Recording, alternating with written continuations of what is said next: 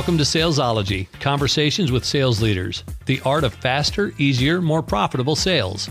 When you're ready to transform your sales for today's transforming market, we've got you covered with your host, the queen of cold calling and founder of Salesology, award-winning author, speaker, sales trainer, and coach, Wendy Weiss.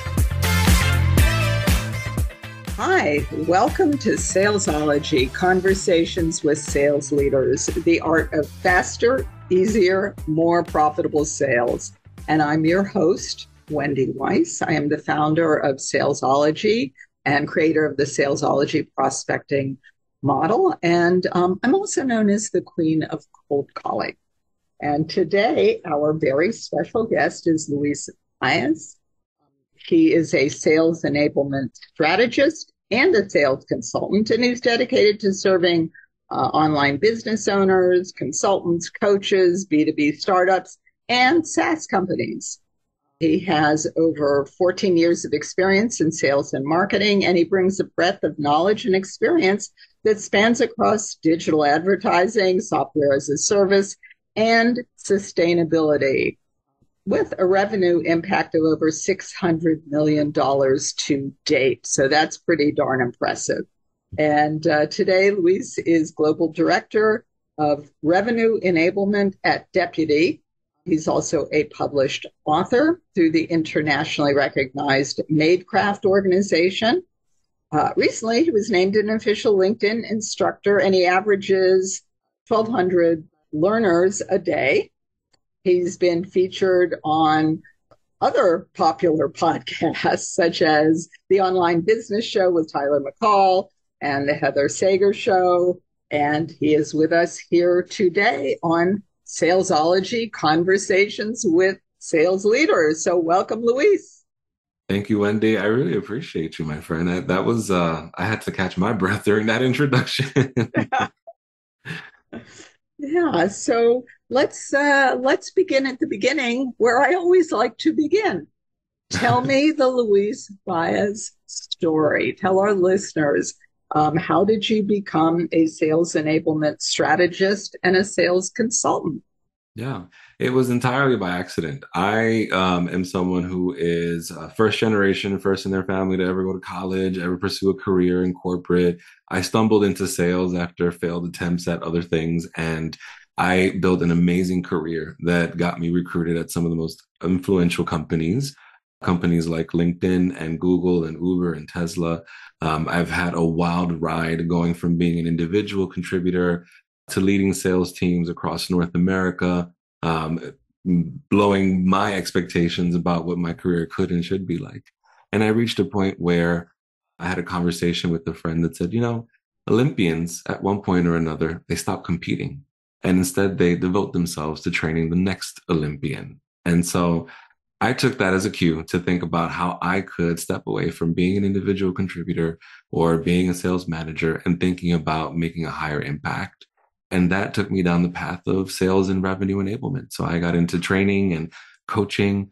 I started doing that on the side, aside from my career, consulting online businesses, consulting startups, working with leaders and developing sales playbooks, implementing the systems and tools to help sales reps be really effective at what they do and connecting with customers, and then thinking about the right methodology for coaching and improving performance.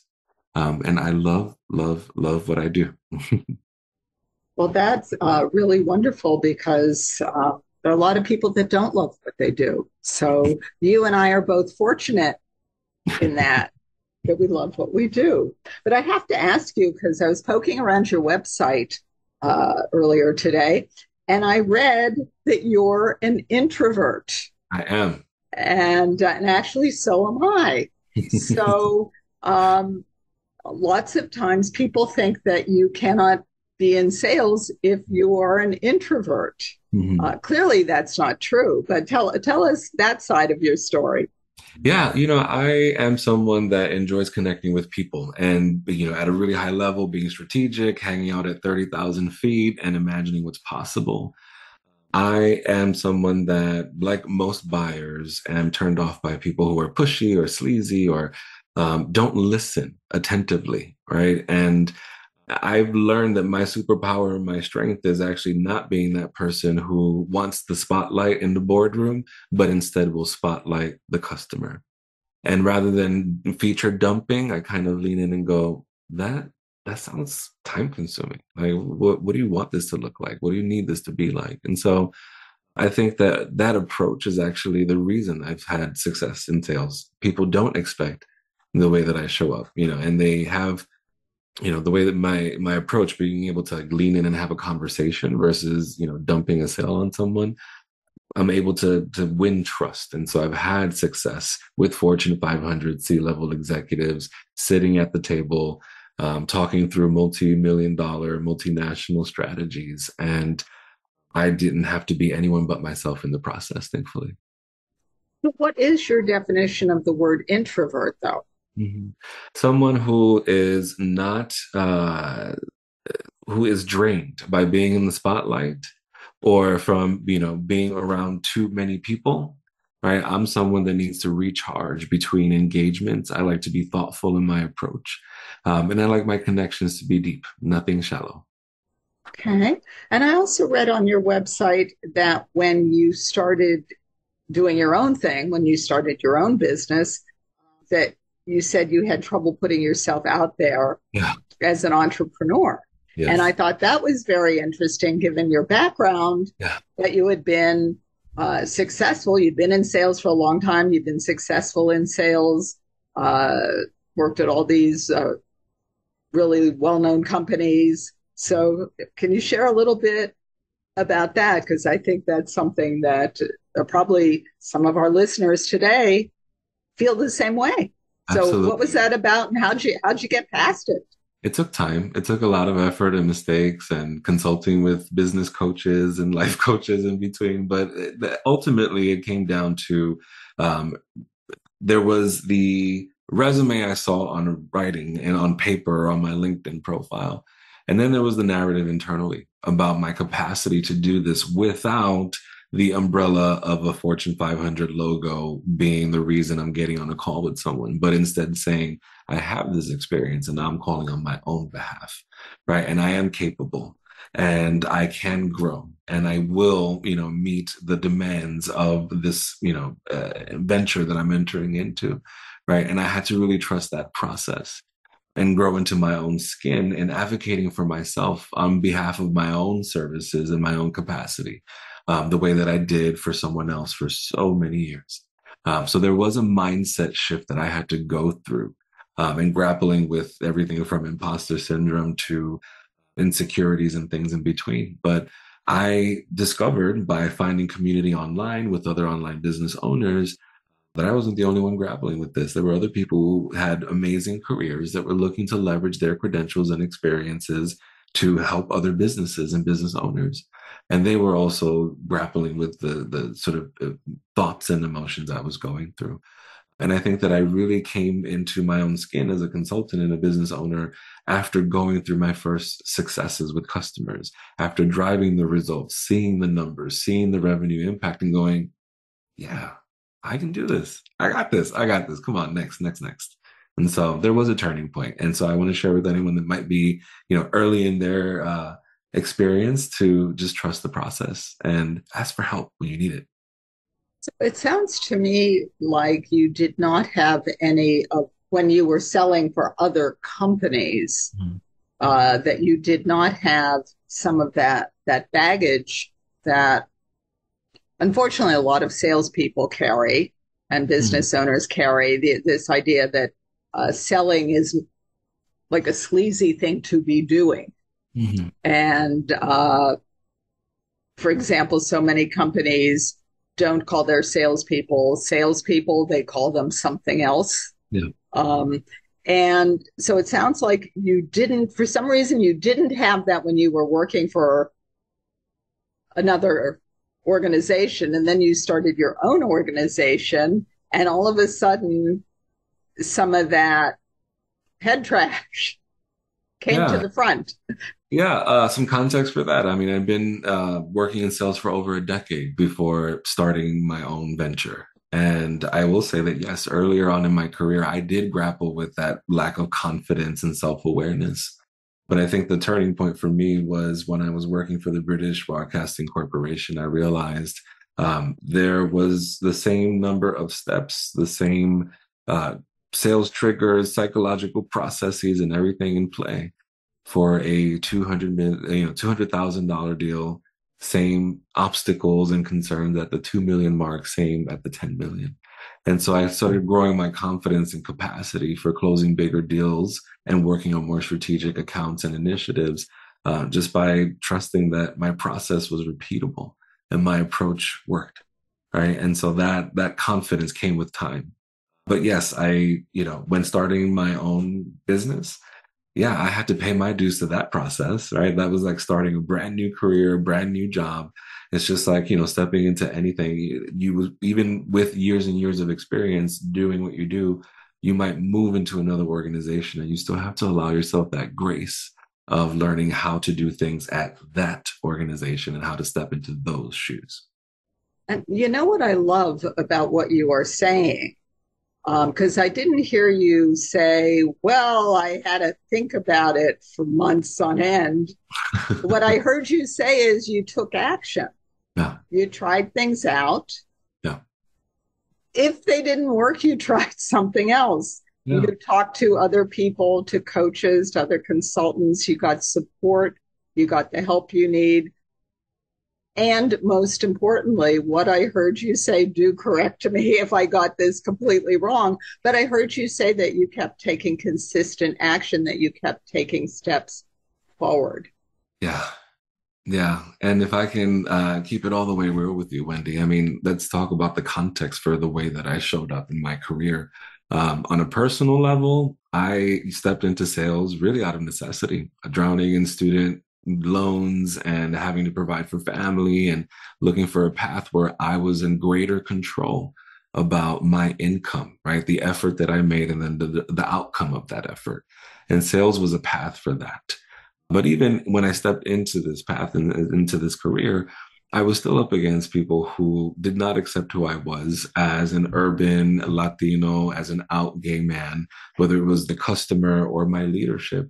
There were people that doubted my capacity and my capabilities. There were people that tried to clip my wings and pull the rug from under my feet.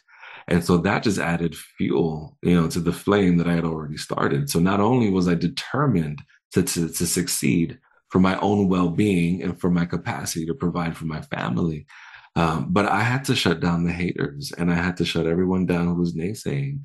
And I had to prove myself. I had to work triple time to command the respect that I was owed. So I was reading on your website some of the things you were writing about selling in an authentic way, and it sounds to me like you're not joking. Mm-hmm. You really had to be yourself. Yes. Throughout it all. Yeah.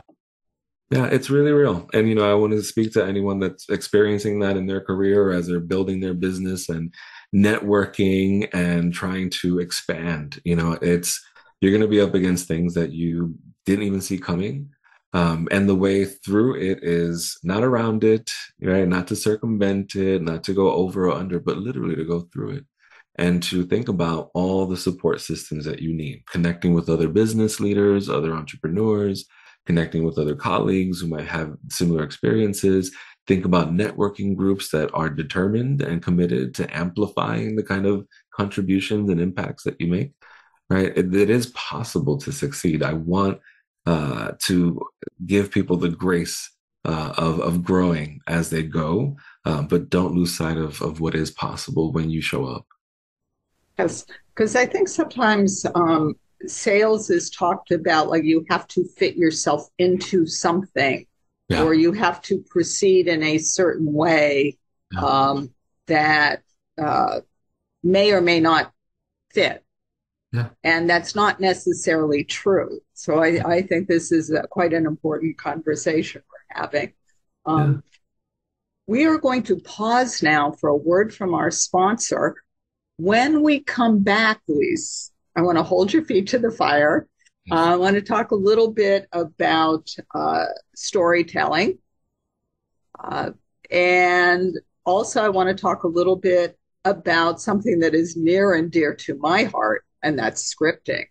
So, but now we're going to sponsor a word from our sponsor, the Salesology Vault. Just about every guest that I've interviewed on the Salesology Conversations with Sales Leaders podcast has had a free gift for our listeners. As a matter of fact, Luis has a free gift for all of our listeners today.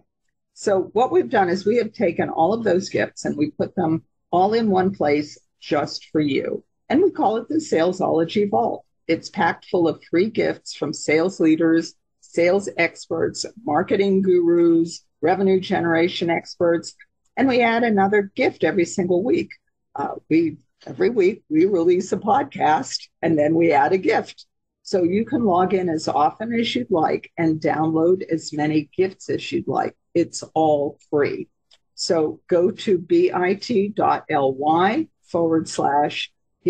vault, or the link to the Salesology Vault is in the show notes. Go to the notes, click on the link, download your gifts. You'll be glad you did. And we are back with Luis Báez, a sales enablement strategist and sales consultant. So I was listening to one of your podcasts. You were being interviewed, and forgive me, I don't remember the name of the podcast. I do remember the name of this podcast, Salesology Conversations with Sales Leaders.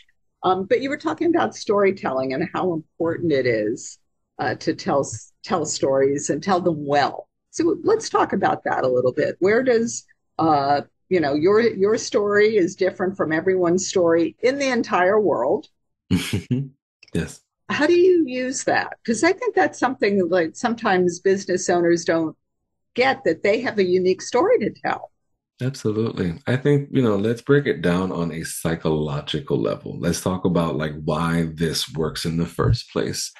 It is one thing to tell someone, click here, do this, do that. It's a very straightforward thing, and they won't retain that information beyond doing these 3 steps that you outlined. Storytelling, or when someone's listening in on a story, requires a greater level of visualization. It requires an amplification and activation of their brain to a higher degree, such that the story has an opportunity to make its way to that long-term memory sector of the brain.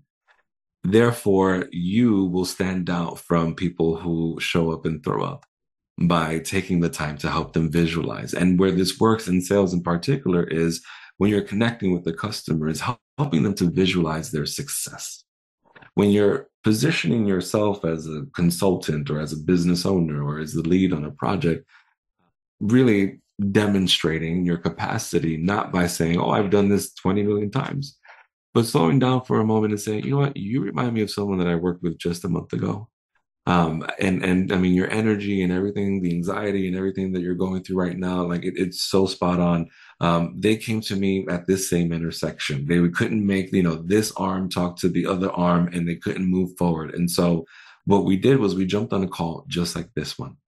And I took them through a series of questions that helped me understand the problem. And then after solutioning through that problem with my team, we arrived at these 3 things.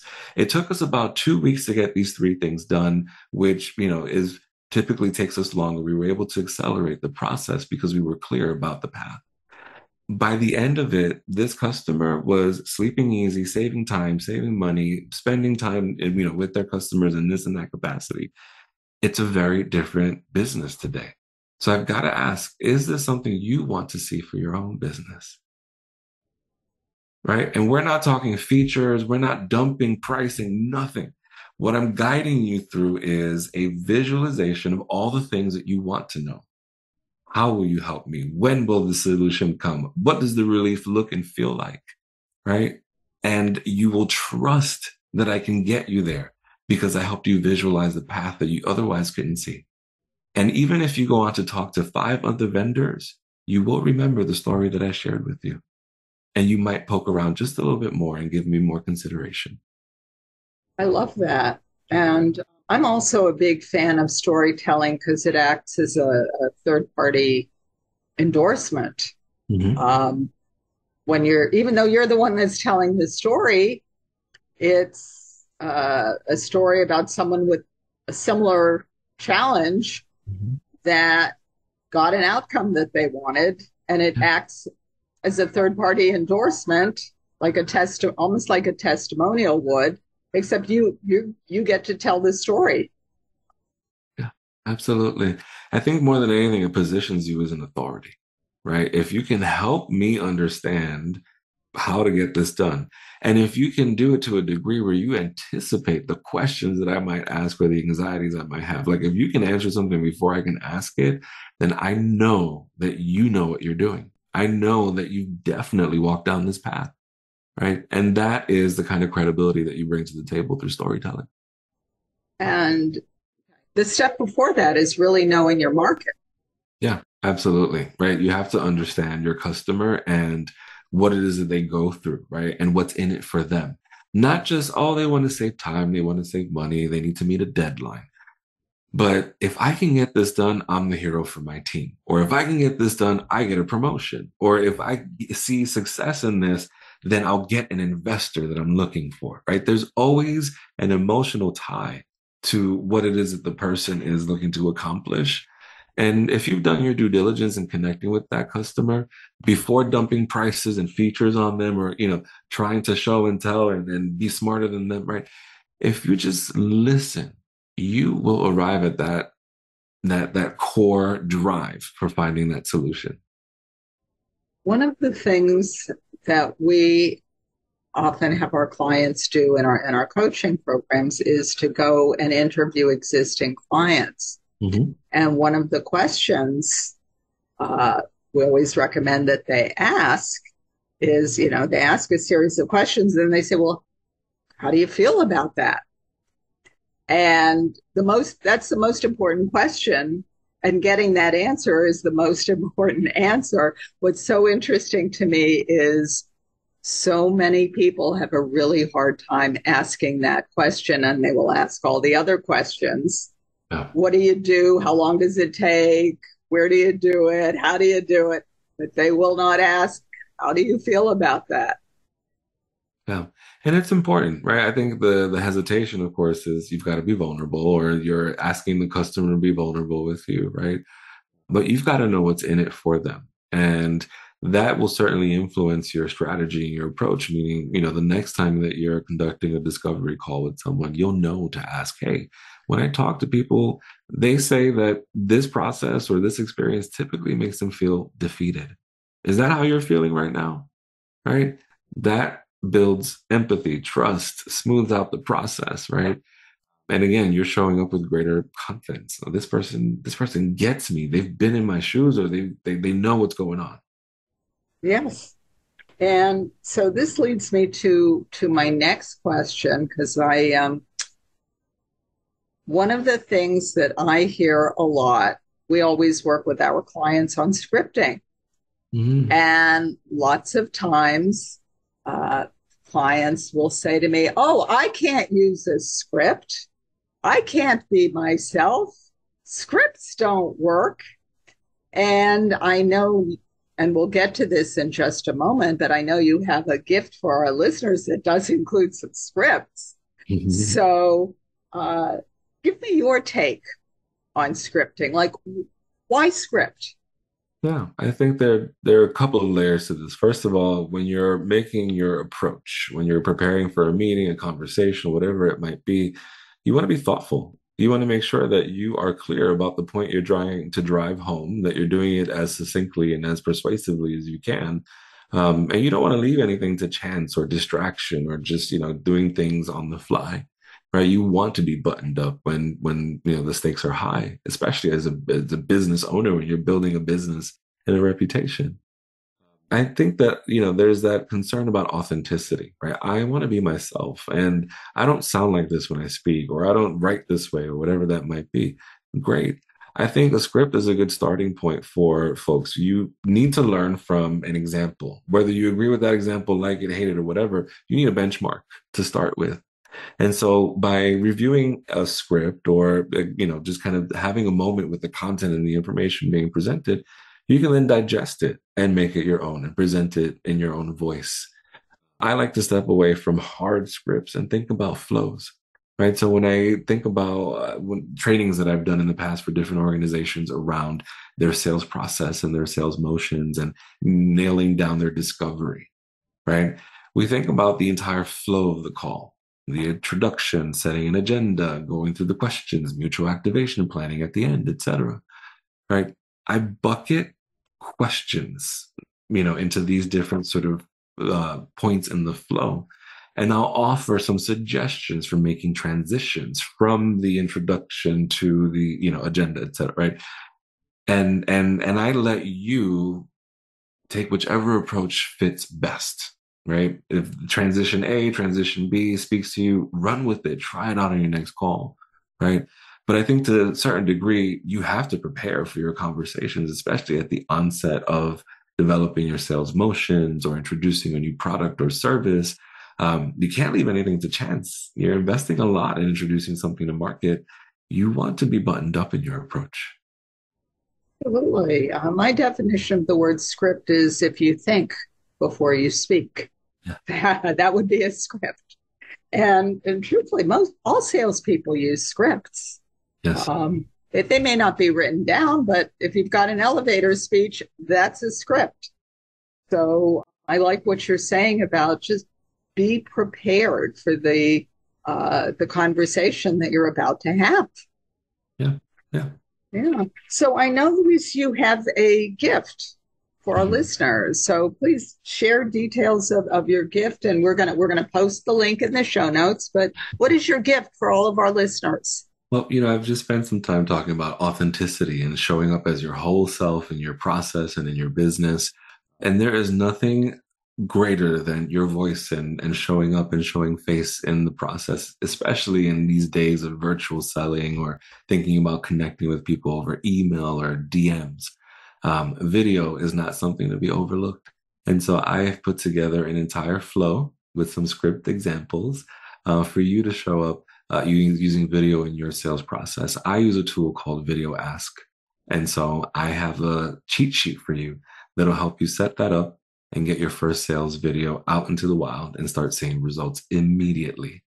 And you can grab that over at learnfromluis.com. And if you didn't jot down that URL, that's okay, because we're putting the link in the show notes. And as soon as you finish listening to this podcast, go to the show notes, click on the link. And I do have to say, I clicked on the link and I love the script. So go, Luis. Thanks, Wendy. I appreciate you. Yeah. So where can people find you, Luis? Oh, I hang out on LinkedIn. And so linkedin.com/in/Báez Luis. That's where you'll find me. Okay. So again, we're going to put the link to Luis's LinkedIn profile. We're going to put that in the show notes too. So if you want to connect with Luis, go finish listening to the podcast, then go to the show notes, click on the link. Perfect. So you have been listening, and thank you for listening to Salesology Conversations with Sales Leaders with my very special guest, Luis Báez, who is a sales enablement strategist and sales consultant. And if you have found value in listening to today's podcast, then think about one business owner or one sales leader or one sales professional, somebody that you know that you think would also find value in listening to today's podcast. And please do share the link with them. And until we meet again, visualize yourself surrounded by cash, really large bills. You've been listening to Salesology, Conversations with Sales Leaders, the art of faster, easier, more profitable sales. Be sure to follow so that you don't miss a single episode. And while you're at it, please leave a rating and review, and be sure to share it with your friends. Tune in every week for more exciting insights and wisdom on transforming sales. And until next time, visualize yourself surrounded by cash, very large bills.